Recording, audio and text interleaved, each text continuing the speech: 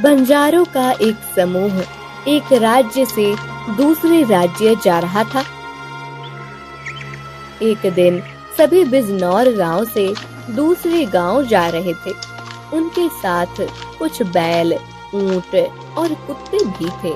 तभी बंजारों के मुखिया रवि की पत्नी, सुनिए जी, बहुत देर से हम चल रहे हैं, कुछ समय में अंधेरा हो जाएगा। मुझे लगता है कि हमें कहीं सुरक्षित जगह देखकर आज विश्राम करना चाहिए। हाँ, तुम सही कह रही हो। ये आगे थोड़ी दूर पर एक नदी है, हम सब वहीं रुकते हैं। मैं अभी बाकी सबको बताकर आता हूँ। रवि अपने साथियों को रुकने की जगह बताता है। नदी पर पहुँचते ही रवि देखता है कि गाय का एक बछड़ा नदी के पानी में डूब रहा था। अरे ये क्या, मुझे तो उस बछड़े को बचाना चाहिए, बेचारा डूबकर मर जाएगा। रवि भागकर नदी के पानी में कूदता है और उस बछड़े को पानी से बाहर निकालता है। वो बछड़े को अपने कबीले के पास लेकर आता है। ये क्या, आप इस बछड़े को क्यों लेकर आ गए? अरे यहाँ हमारे ही रहने का ठिकाना नहीं होता, आज यहाँ तो कल वहाँ। हम इतने छोटे बछड़े का ख्याल कैसे रखेंगे? अरे ये बेचारा नदी में डूब रहा था, उसे बचाना जरूरी था।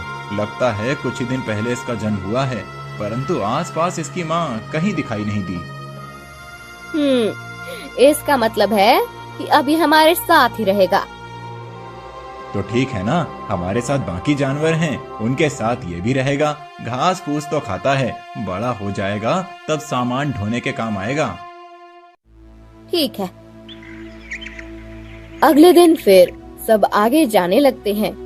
गाय का बछड़ा भी उनके साथ ही होता है। सभी विटावा नाम के राज्य में जाकर पहुंचते हैं।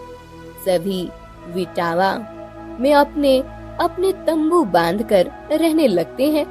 रवि सबसे कहता है, ये राज्य तो बहुत समृद्ध है, यहाँ हम सबका अच्छा व्यापार हो जाएगा। आप सब अपनी अपनी वस्तुएं लेकर नगर में चलिए, वहाँ पर हम बाजार में ये वस्तुएं बेचने के लिए रखते हैं। सभी स्त्रियां और बच्चे यहीं रुकिए, हम सब शाम तक लौट आएंगे। रवि अपने समूह को लेकर आगे चला जाता है। शाम को अच्छा व्यापार करके लौट आते हैं। ऐसे ही कुछ साल बीत जाते हैं। मुखिया रवि अपने समूह को लेकर एक राज्य से दूसरे राज्य घूमता रहता है। रवि का बेटा रतन भी अब बड़ा हो जाता है और जो बछड़ा रवि ने पाला था वो अब बड़ा बैल बन गया था। किसी के पास भी ऐसा बैल नहीं था। देखा सरिता, सालों पहले उस दिन तुम मुझे बिल्लू को पालने से रोक रही थी। अब देखो हमारा बिल्लू कितना बड़ा हो गया है। पूरे समूह में किसी के पास भी इतना बड़ा बैल नहीं है। अरे हमारे समूह में क्या, मुझे तो लगता है किसी भी बंजारन के पास ऐसा बैल नहीं होगा। आप सही कह रहे हैं। बिल्लू तो अकेला ही कितना बोझ अपने पीठ पर उठा लेता है। बैलगाड़ी को जोड़ दो तो अकेले ही बैलगाड़ी को खींचता है। हाँ, बिल्लू तो हीरा है, हीरा। तभी रवि का बेटा रतन वहाँ आकर, आप दोनों फिर शुरू हो गए। आपको तो बस मौका चाहिए बिल्लू की तारीफ करने का। कभी कभी तो मुझे लगता है कि मैं नहीं, वो बिल्लू ही आपका बेटा है और मुझे आप कहीं से उठाकर ले आए हैं। ऐसा कोई बात नहीं है बेटा, हम तो ऐसे ही बोल रहे थे। तुम बिल्लू के लिए घास लेने गए थे ना? कहाँ है घास? घास यहाँ है। भीमा की आवाज सुनकर तीनों पीछे मुड़कर देखते हैं। भीमा उस गांव का एक पहलवान होता है जो बड़ा ही धनिक था। उसके पास 10 गाय, कुछ बैल और भैंसे, ऐसे कई जानवर थे। क्या हुआ भीमा पहलवान, आप हमारे कबीले के पास कैसे आए? अरे तुम रोज अपने इस बिल्लू के लिए मेरे इलाके की घास और चारा लेकर जाते हो। मैंने अपने खेत का एक हिस्सा मेरे जानवरों को खाना मिले इसीलिए रखा है। मैं उसमें अपने जानवरों के लिए अलग तरह की घास उगाता हूँ ताकि वह अच्छा दूध और खेती के काम करने के लिए तगड़े बन जाएं। और तुम अपने इस बैल को वो घास खिलाकर तगड़ा बना रहे हो, शर्म नहीं आती तुम्हें? माफ करना भीमा पहलवान, हमें पता नहीं था कि वो खेत आपका है। आज के बाद हम कहीं और से उसके लिए घास लेकर आएंगे। मतलब हमारे ही गांव के किसी और खेत से ना? अरे तुम लोग इस गांव के वासी नहीं हो। इस गांव के क्या, तुम तो इस राज्य के भी नहीं हो। थोड़े दिन या महीने एक राज्य में रुककर धन कमाकर दूसरे राज्य चले जाते हो। कितनी गंदगी फैलाते हो। तुम लोगों का कोई अधिकार नहीं है कि तुम हमारे गांव के खेतों में जाकर अपने जानवरों के लिए घास तोड़ो। ऊपर से आपको सब मुफ्त में चाहिए। घास लेकर जाते हो, उसके पैसे भी नहीं देते। यदि पैसों की बात है तो आप सीधी तरह से बता दीजिए, मैं आपको पैसे दे देता हूँ। पैसे तो मैं लेकर ही रहूंगा, तुम्हें क्या लगा ऐसे ही तुम्हें छोड़ दूंगा? हाँ?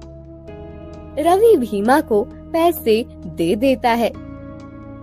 बस इतने पैसे? ये तो बहुत कम है। कितने दिनों से तुम मेरे खेत से घास ले रहे हो? अरे तुम्हें पता भी है मैंने उस खेत को बनाने में कितना खर्चा किया है। पर मेरे पास तो अभी इतने ही हैं। मैं आपको बाद में और पैसे दे दूंगा। बाद में? कब? अरे मुझे पागल समझा है क्या? तुम लोग रातों रात इस गांव से गायब हो जाओगे तो क्या मैं तुम्हारे पीछे भागूं अपने पैसों के लिए? मुझे अभी के अभी पैसे दे दो। पर अभी नहीं है मेरे पास पैसे। कुछ दिनों से व्यापार भी नहीं हो रहा है ठीक से। भीमा रवि पर जोरों जोर से चिल्लाने लगता है। दोनों का झगड़ा हो जाता है और पहलवान भीमा रवि को पीटने लगता है। अब छोड़ो, छोड़ो मेरे पति को। क्यों मार रहे हो इतना? रतन, तुम तो जाकर पाने बापू को छुड़ाओ। अरे माँ, वो भीमा पहलवान का शरीर तो देखो कितना भारी है। वो बापू के साथ साथ मुझे भी मसल देगा। नहीं नहीं, मैं नहीं जाने वाला। कैसे बेटे हो तुम? मुसीबत के समय में अपने बापू का सहारा नहीं बन सकते? अरे कोई तो बचाओ इन्हें। भीमा रवि को बहुत पीट रहा होता है। उस भारी भरकम भीमा से मार खाकर रवि की हालत पतली हो जाती है।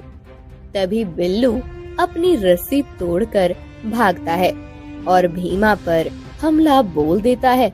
बिल्लू अपने बड़े बड़े सींगों से भीमा को धक्के मारकर उसे दूर भेज देता है। भीमा भी बिल्लू से डर जाता है और आहा, इस बैल ने मुझे कहीं का नहीं छोड़ा। अब भागने में ही भलाई है, नहीं तो ये मेरी जान ले लेगा। भीमा भाग जाता है। रवि बिल्लू के पास आकर उसे प्यार से सहलाने लगता है। मेरे बेटे बिल्लू, अगर आज तुम सही समय पर आकर मुझे नहीं बचाते तो शायद वो पहलवान भीमा मेरी हड्डी पसली एक कर देता। मेरा अपना बेटा मुझे बचाने नहीं आया, पर तुमने आकर मुझे बचा लिया। तभी रहस्यमयी तरीके से बिल्लू बोल पड़ता है। मालिक, मुझ पर तो आपका कितना उपकार है। सालों पहले आपने मुझे डूबने से बचाया था और फिर अपने साथ रखकर मेरा ख्याल रखा, मेरा पालन किया। आपकी जान बचाना ये तो मेरा कर्तव्य है। बिल्लू को बोलता हुआ देख रवि, सरिता और रतन तीनों आश्चर्यचकित हो जाते हैं। बोलने वाला बैल? बापू, आपका ये बैल तो हमारी भाषा बोल रहा है। हाँ, मैंने भी इसे पहली बार बोलते हुए देखा है। बिल्लू, तुम बोल कैसे सकते हो? मालिक, मैं कोई सामान्य बैल नहीं हूँ। मेरे पिछले जन्म के पुण्य और उपासना के कारण मुझे जन्म में बैल होने के बाद भी इंसानी भाषा में बोलने का सौभाग्य प्राप्त हुआ है। मैं कुछ समझा नहीं, तुम मुझे विस्तार से बताओ। ये मेरे पूर्व जन्म की बात है। पूर्व जन्म में मैं एक बैरागी और ब्रह्मचारी साधु था। एक दिन मैं अपनी उपासना पूर्ण करके जा रहा था, तभी मैंने देखा कि एक स्त्री नदी में डूब रही है। वो मुझे सहायता के लिए पुकार रही थी। बचाओ, कोई बचाओ, मुझे तैरना नहीं आता। साधु बाबा, मेरी सहायता कीजिए, मुझे बचाइए साधु बाबा। देवी, मैं एक ब्रह्मचारी साधु हूँ। किसी स्त्री को स्पर्श करना भी मेरे लिए महापाप है। मैं आपकी सहायता नहीं कर सकता, परंतु मैं किसी को बुलाकर लाता हूँ। आप चिंता मत कीजिए। मेरे पास इतना अधिक समय नहीं है साधु बाबा, मैं बहुत देर से पानी में हाथ पैर मार रही हूँ। अब थक गई हूँ और मेरी हिम्मत भी जवाब दे चुकी है। कृपया आप ही मेरी सहायता कीजिए। मुझे क्षमा कर देना देवी, परंतु मैं अपना धर्म नहीं त्याग कर सकता। धर्म तो किसी असहाय की सहायता करने में होता है, परंतु आपको अपना व्यक्तिगत धर्म की चिंता है।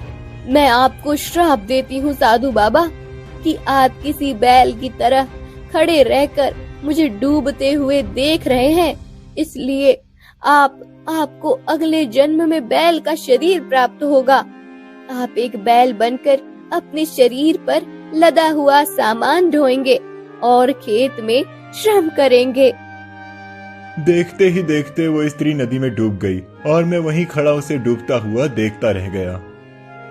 उसके श्राप के अनुसार इस जन्म में मैं बैल बन गया हूँ। मैं भी उसी की तरह उस दिन डूब जाता, परंतु आपके कारण मैं बच गया। बैल का शरीर प्राप्त होना ये मेरे पिछले जन्म का भाग्य है। अच्छा, तो ऐसा हुआ था, इसीलिए तुम बोल सकते हो।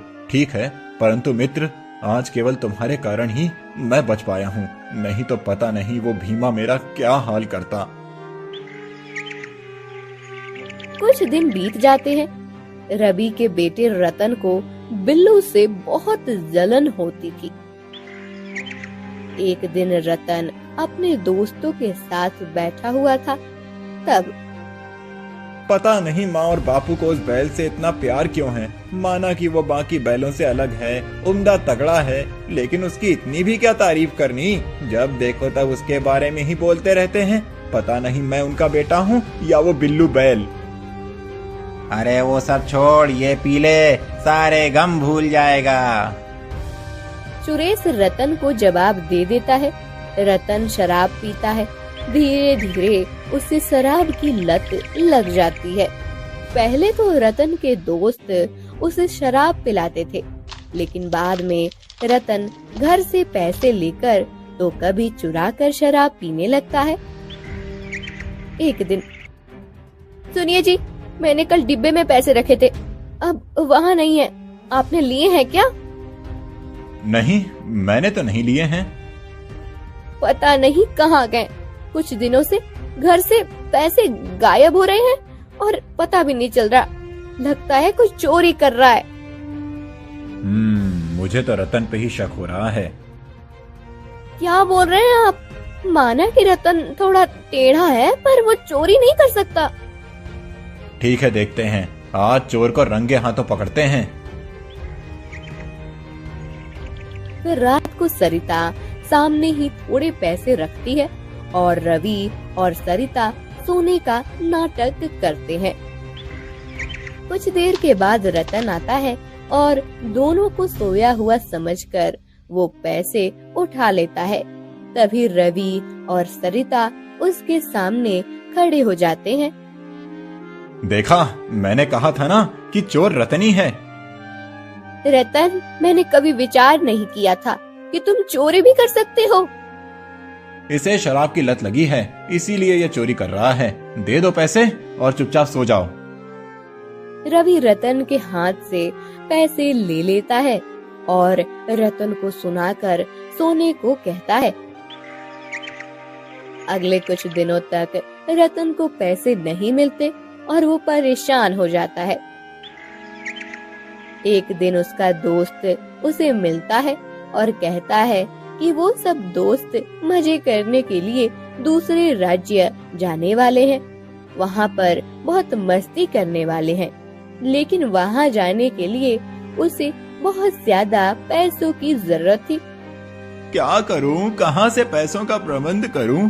बापू तो मुझे पैसे नहीं देंगे, अब क्या करूं? रतन सोच रहा था कि तभी उसकी नजर बिल्लू बैल पर पड़ती है। हाँ, ये सही है।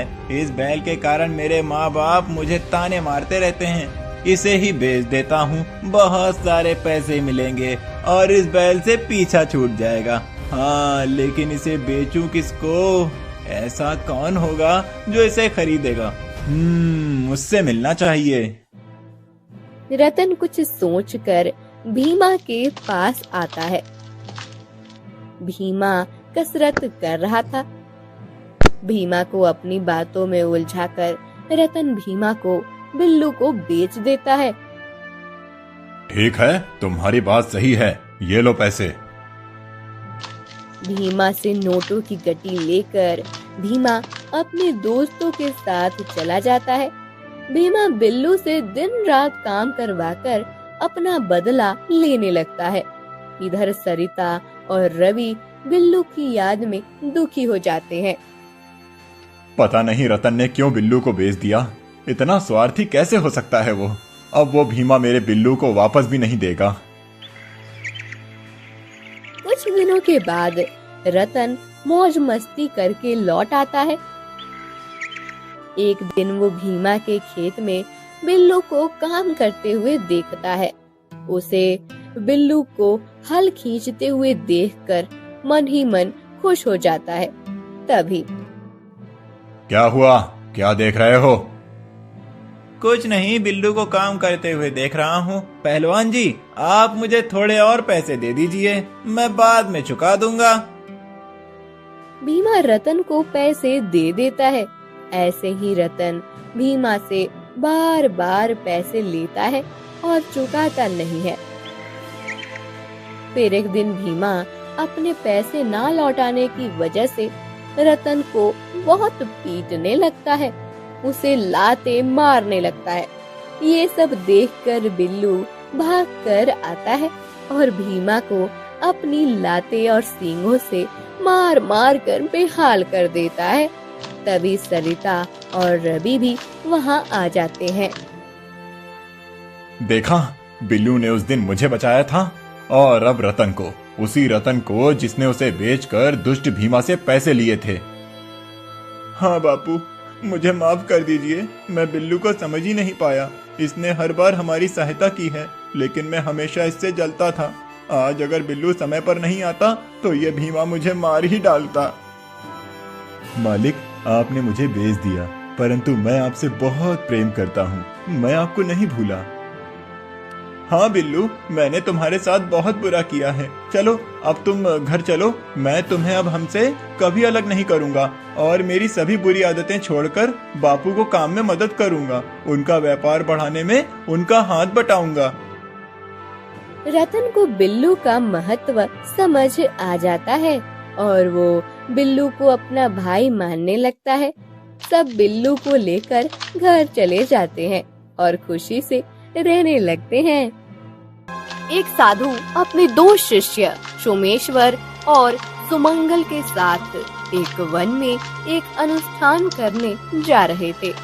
वन में पहुंचने के बाद सोमेश्वर, सुमंगल, मैं इस वन में अनुष्ठान करने के लिए उचित स्थान ढूंढता हूँ। तब तक तुम दोनों जल और भोजन का प्रबंध करो। हमने इससे पहले कभी भी इस वन में प्रवेश नहीं किया है। हमें इस वन और यहाँ उपस्थित चुनौतियों के विषय में कुछ नहीं पता है। सोमेश्वर सही कह रहा है गुरुदेव। यदि अनुष्ठान के समय कोई विपत्ति आ गई तो? वन में वन्य पशुओं के सिवा और क्या विपत्ति आ सकती है शिष्यों? और वन्य पशु भी जब तक उन्हें हमसे कोई खतरा महसूस नहीं हो तब तक हम पर आक्रमण नहीं करते। तुम दोनों जाओ, भय का कोई कारण नहीं है। मैं आगे जाता हूँ। साधु आगे चले जाते हैं। सोमेश्वर और सुमंगल दोनों जल और भोजन की व्यवस्था करने जाते हैं। साधु आगे जाकर एक स्थान देखते हैं। वो एक पेड़ के नीचे बैठते हैं और हाँ, ये स्थान उचित है। यहाँ खुली जगह है तो मैं यज्ञ भी कर सकता हूँ और यहाँ सूखे पेड़ भी हैं। रात को जलाने के लिए काम आएंगे। जलती हुई आग देखकर वन्य पशु भी पास नहीं आएंगे। साधु अनुष्ठान की तैयारी करने लगते हैं। इधर गांव में धनीराम नाम के एक लकड़हारे के घर। जी 4 दिन हो गए हैं, घर में खाने के लिए कुछ भी नहीं है। आप तो ऐसे ही हाथ पर हाथ धरे बैठे हैं। अरे बच्चे भी भूखे हैं, आपको शर्म नहीं आती? कितनी बार कहा है कि ये लकड़ी तोड़ने का काम छोड़कर कोई दूसरा काम कर लो। मैंने भी कितनी बार तुमसे कहा है कि मैं दूसरों का काम नहीं कर सकता। मैं जाता हूँ और लकड़ियाँ तोड़ कर लाता हूँ। हाँ हाँ, लकड़ियाँ तोड़ कर तो लाओगे तो जैसे पैसों का ढेर लग जाएगा ना यहाँ पर। अरे तुम्हारी लकड़ियों को सब मिट्टी के भाव में खरीदते हैं। आपका सिर्फ नाम धनीराम है, धन का तो कोई पता नहीं है। धनीराम एक गरीब लकड़हारा था। उसके घर की हालत बहुत खराब थी। धनीराम हमेशा सोचता था कहीं से उसे कोई खजाना प्राप्त हो तो वो धनवान बन जाए। धनीराम घर से बाहर जाता है। वन में साधु अनुष्ठान की तैयारी कर रहे होते हैं। तभी उन्हें कुछ विचित्र आवाजें सुनाई देती हैं। साधु उस विचित्र आवाज को सुनकर उस आवाज के पीछे जाने लगते हैं। ये कैसी विचित्र आवाज आ रही है? यहाँ अनुष्ठान करने से पहले मुझे ये निश्चित करना होगा कि यहाँ कोई धोखा नहीं है। आगे जाकर देखता हूँ कि आखिर यहाँ है क्या। साधु आगे जाकर देखता है एक शेरनी एक हिरन के बच्चे को अपना दूध पिला रही थी।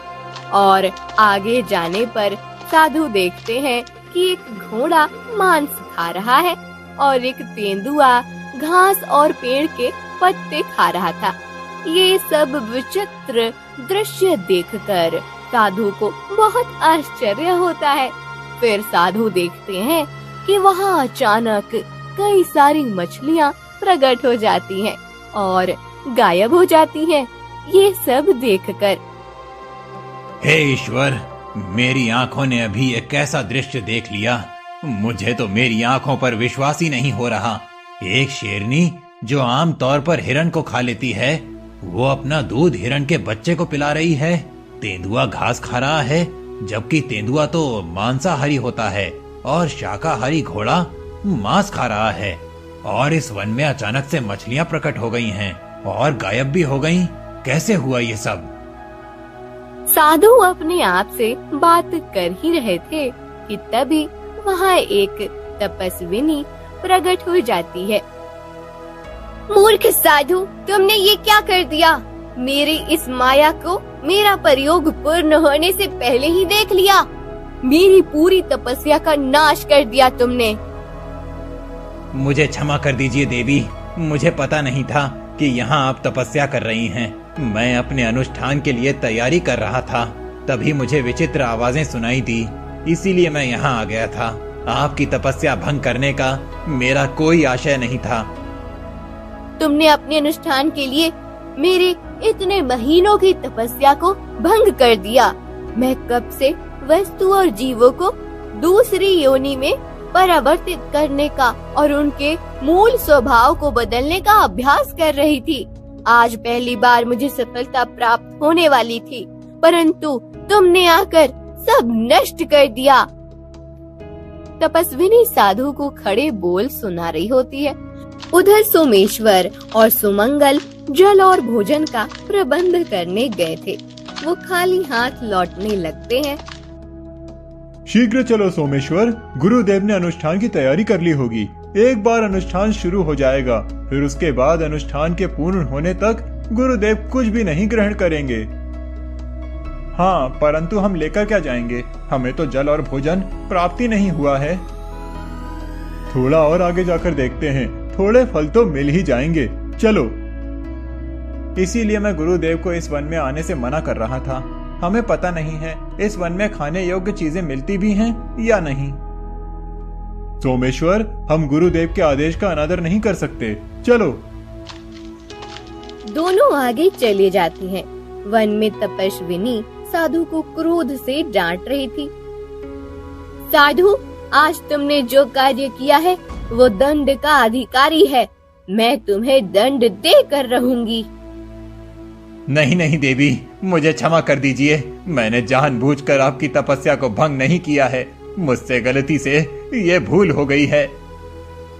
गलती से हुई हो या जानबूझकर, परंतु तुम्हारे कारण मैंने तपस्या से प्राप्त की हुई विद्या का प्रयोग पूर्ण होने से पहले ही वो नष्ट हो गई। मैंने इस मनुष्य समाज के हित के लिए उपयोग करने के लिए प्राप्त कर लिया था, परंतु समाज के लिए उसका उपयोग मैं नहीं कर पाई।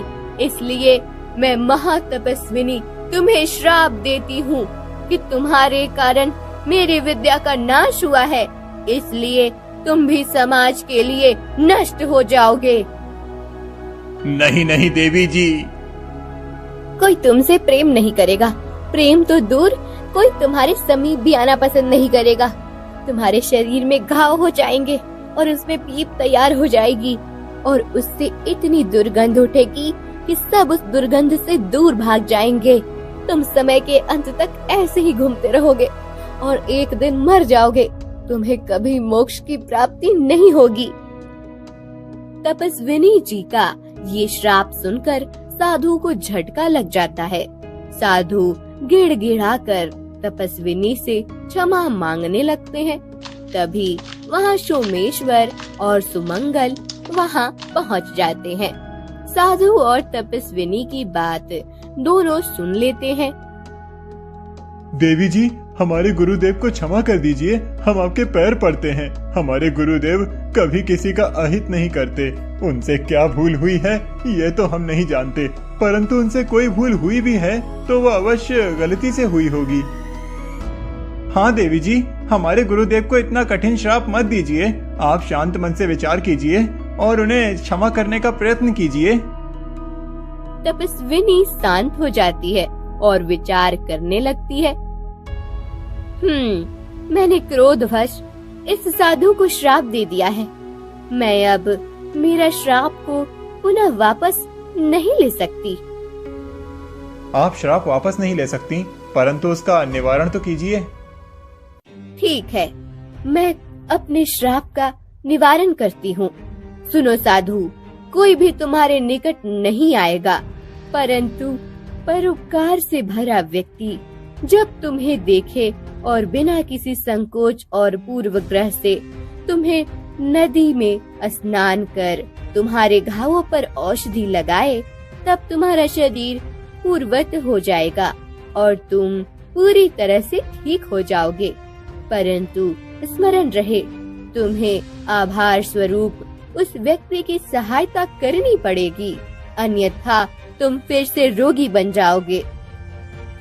गुरुदेव, फिर तो चिंता का कोई कारण ही नहीं है। मैं और सोमेश्वर आपके केवल शिष्य नहीं, आपके भक्त भी हैं। हम आपकी स्वच्छता करेंगे और आपको श्राप से मुक्त करेंगे। नहीं, तुम दोनों को ये अधिकार नहीं है। फिर तपस्विनी सोमेश्वर और सुमंगल को श्राप देती है। मैं तुम दोनों को भी चूहे में परिवर्तित करती हूँ। तुम दोनों चूहे बनने के बाद साधु के लिए कुछ नहीं कर सकते। ये कार्य किसी और को ही करना होगा। तपस्विनी के श्राप से सोमेश्वर और सुमंगल चूहे बन जाते हैं। साधु के शरीर में घाव हो जाते हैं और उसके शरीर की त्वचा गलने लगती है। तीनों वन से बाहर आते हैं। गांव में आने के बाद सभी लोग साधु को देखकर अपना मुंह बना लेते हैं और उससे दूर जाने लगते हैं। कोई मेरी सहायता करो, कृपया कोई मेरी सहायता करो। अरे अरे अरे अरे, साधु के कपड़े पहने हैं तो क्या सचमुच के साधु बन गए हो? छी छी छी छी, कितनी दुर्गंध आ रही है तुम्हारे शरीर से। इतने पीप भरे घाव को लेकर ऐसे क्यों घूम रहे हो? हाँ देखिए तो अरुण भाई, अरे इसे तो गांव से दूर भगाना चाहिए। कहीं इसके शरीर का ये रोग हमें या हम गांव वाले के बच्चों को न लग जाए। वही तो मैं कह रहा हूँ, इस साधु के भेष में घूमने वाले इस रोगी को। मैं रोगी नहीं हूँ मान्यवर, वो तो एक श्राप के कारण मेरे शरीर की ऐसी हालत हुई है। श्राप के कारण? इसका अर्थ है कि तुमने अवश्य कोई बड़ा अपराध किया है, इसलिए तो तुम्हें किसी ने ऐसा भयानक श्राप दिया है। जाओ जाओ, अब हमारे गांव में रहने की आवश्यकता नहीं है, दूर रहो हमसे। साधु को बहुत बुरा लगता है। साधु और चूहे बने सोमेश्वर और सुमंगल तीनों उस गांव से बाहर एक बड़े पेड़ के नीचे जाकर बैठ जाते हैं। साधु के पूरे शरीर में बहुत पीड़ा होने लगती है। उनके शरीर के घावों पर मक्खियां आकर बैठने लगती हैं। उनसे साधु और ज्यादा परेशान होने लगते हैं। गुरुदेव, आपको बहुत पीड़ा हो रही है ना?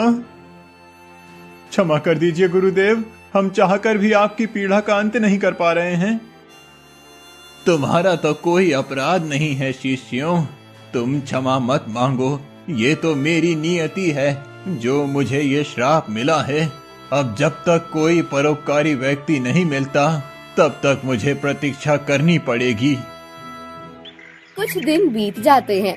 साधु का शरीर और ज्यादा खराब हो जाता है।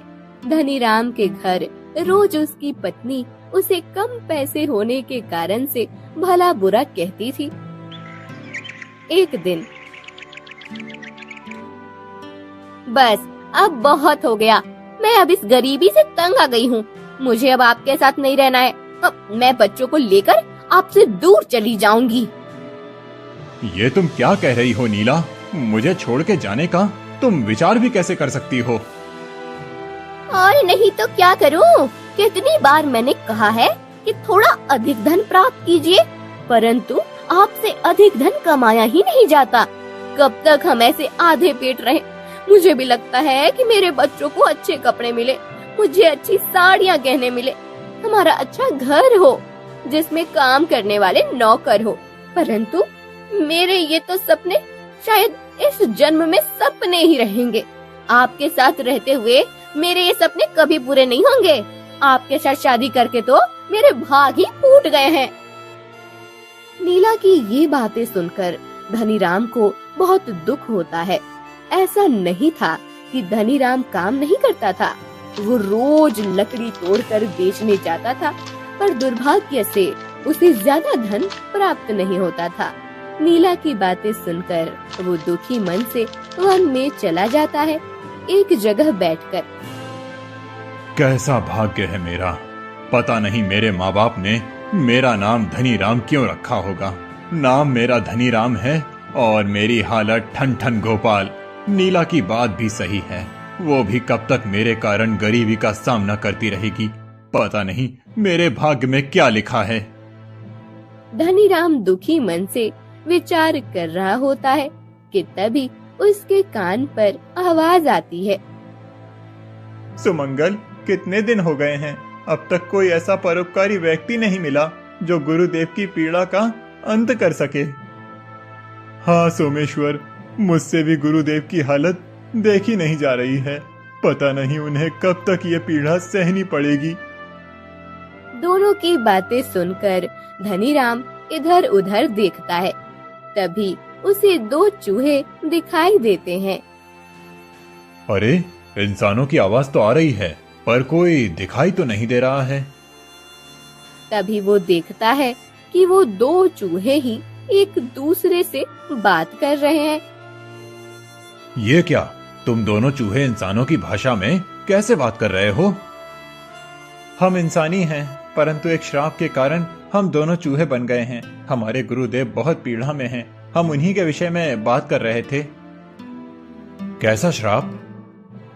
फिर सोमेश्वर और सुमंगल धनीराम को साधु के श्राप के बारे में सब बता देते हैं।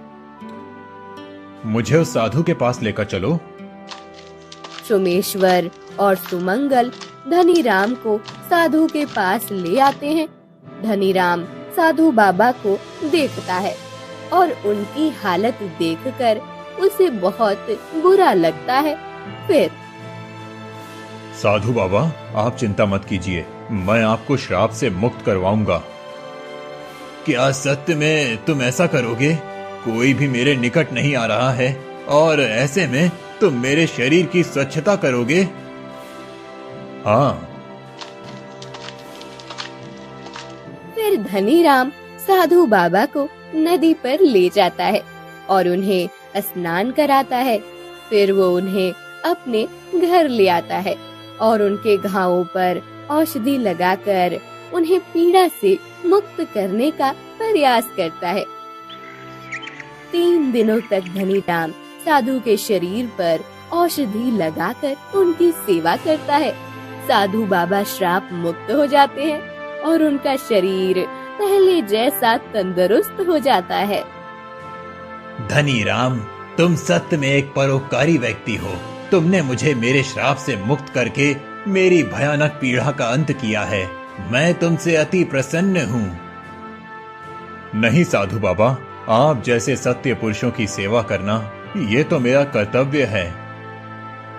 ये तो तुम्हारी नम्रता है जो तुम ऐसा कह रहे हो, अन्यथा मुझे तो गांव वालों ने निष्कासित कर दिया था। मैं तुम्हें वरदान देता हूँ, कल तुम वन में जाओ, जिस पेड़ के नीचे मैं बैठा था उस पेड़ के नीचे जमीन खोदो, तुम्हारी सभी समस्याओं का अंत हो जाएगा। धनीराम को साधु की बात समझ नहीं आती, परंतु वो उनकी आज्ञा मान लेता है। साधु अपनी योग शक्ति से चूहे बने सोमेश्वर और सुमंगल को फिर से मनुष्य में बदल देते हैं। अगले दिन धनीराम उस पेड़ के नीचे जाकर जमीन खोदता है।